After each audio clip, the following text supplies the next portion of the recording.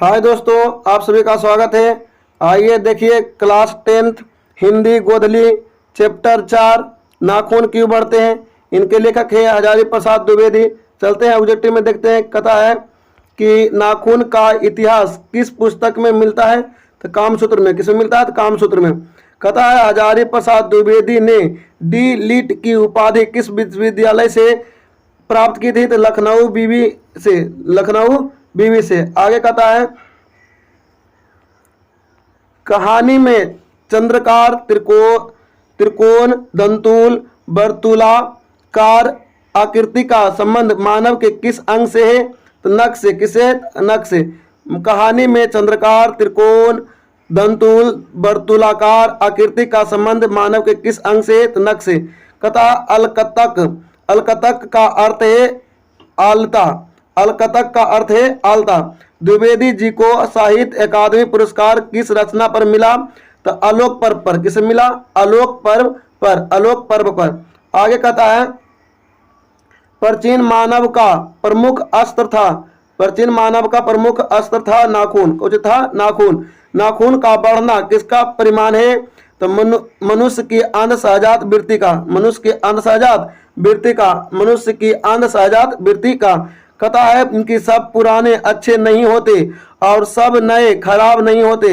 ऐसा किसने कहा था, तो कालिदास ने। किसने कहा था, तो कालिदास। आगे देखिए कथा है कि नगधर मनुष्य आज किस पर भरोसा करता है, तो आज नगधर मनुष्य किस पर भरोसा करता है, तो एटम बम पर। किस पर, एटम बम पर।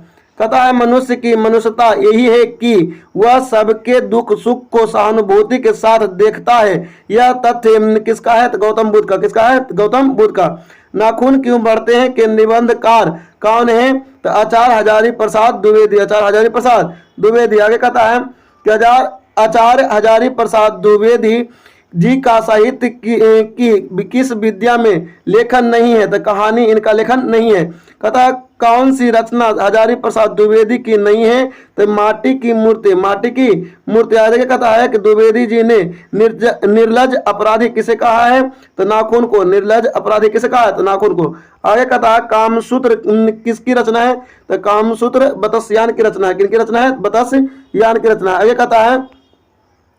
आगे कहता है सिकथक का अर्थ होता है। सिकथक का अर्थ होता है मोम। सिकथक का अर्थ होता है मोम। सिकथक का अर्थ होता है, सिकथक का अर्थ क्या होता है, मोम होता है। क्या होता है, मोम।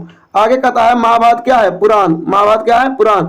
हजारी प्रसाद द्विवेदी द्वारा रचित पाठ है, तो नाखून क्यों बढ़ते हैं। नाखून क्यों बढ़ते हैं। आगे कहता है कि ललित निबंध है। ललित निबंध है, तो नाखून क्यों बढ़ते हैं। पुराणों का मोह सब समय वांछनीय ही नहीं होता। किस लेखक की पंक्ति है, तो हजारी प्रसाद द्विवेदी। हजारी प्रसाद द्विवेदी। आगे कहता है कि प्राचीन काल में पश्चिम भारत के लोग कैसे नख रखते थे, तो छोटे छोटे नख रखते थे। छोटे छोटे नख रखते थे। आगे कहता है दधीची की हड्डी से क्या बनता है। दधीची की हड्डी से क्या बनता है, तो इंद्र का वर्ज। इंद्र का वर्ज। आलोक पर्व में शीर्षक संबंध संग्रह किसकी रचना है, तो हजारी प्रसाद द्विवेदी की। हजारी प्रसाद द्विवेदी की। हजारी प्रसाद द्विवेदी का जन्म कब हुआ था, तो 1907 में। 1907 में। आगे कहता है कि हजारी प्रसाद द्विवेदी का जन्म कहाँ हुआ था। हजारी प्रसाद द्विवेदी का जन्म बलिया उत्तर प्रदेश में हुआ था। बलिया उत्तर प्रदेश में हुआ था। कहता कौन मनुष्य का आदर्श नहीं बन सकती, बंदरियां। कौन नहीं बन सकती, बंदरियां। देवताओं का राजा से किन्हें संबोधित किया जाता है, तो इंद्र को। किन्हें, इंद्र को। नख यानी नाखून किसका प्रतीक है, तो पशुता की। किसकी, पशुता की। आगे कहता है कि पृथ्वीराज रासो किनका संपादन है। किनका संपादन है, तो हजारी प्रसाद द्विवेदी की। हजारी प्रसाद द्विवेदी की। कहता हजारी प्रसाद द्विवेदी को कब पद्म भूषण की उपाधि से सम्मानित किया गया था। पद्म भूषण से कब सम्मानित किया गया था, तो 1957 में। आगे कहता है कि अशोक के फूल किसकी रचना है। अशोक के फूल किसकी रचना है, तो हजारी प्रसाद द्विवेदी की। हजारी प्रसाद द्विवेदी की। हजारी प्रसाद द्विवेदी की। हजारी प्रसाद द्विवेदी की। कहता है लेखक के अनुसार मनुष्य के नाखून किसके जीवंत प्रतीक हैं, तो पाशविक वृत्ति के। किसके, पाशविक वृत्ति के। पाशविक वृत्ति के। आगे कहता हजारी प्रसाद द्विवेदी की मृत्यु कब और कहाँ हुई थी, तो दिल्ली 1979 में। दिल्ली 1979 में। दिल्ली 1979 में। आगे कहता है कि सहजात वृत्तियां किसे कहते हैं। सहजात वृत्तियां किसे कहते हैं? तो अनजान स्मृतियों को, अनजान स्मृतियों को, अनजान स्मृतियों को, अनजान स्मृतियों को। कहता द्विवेदी जी से किसने पूछा था नाखून क्यों बढ़ते हैं? छोटी सी लड़की ने, छोटी सी लड़की ने। आगे कहता है कि नाखून क्यों बढ़ते हैं? पाठ में बूढ़े ने सबसे बड़ी चीज किसे माना है? प्रेम को। सबसे बड़ी चीज किसे माना? प्रेम को।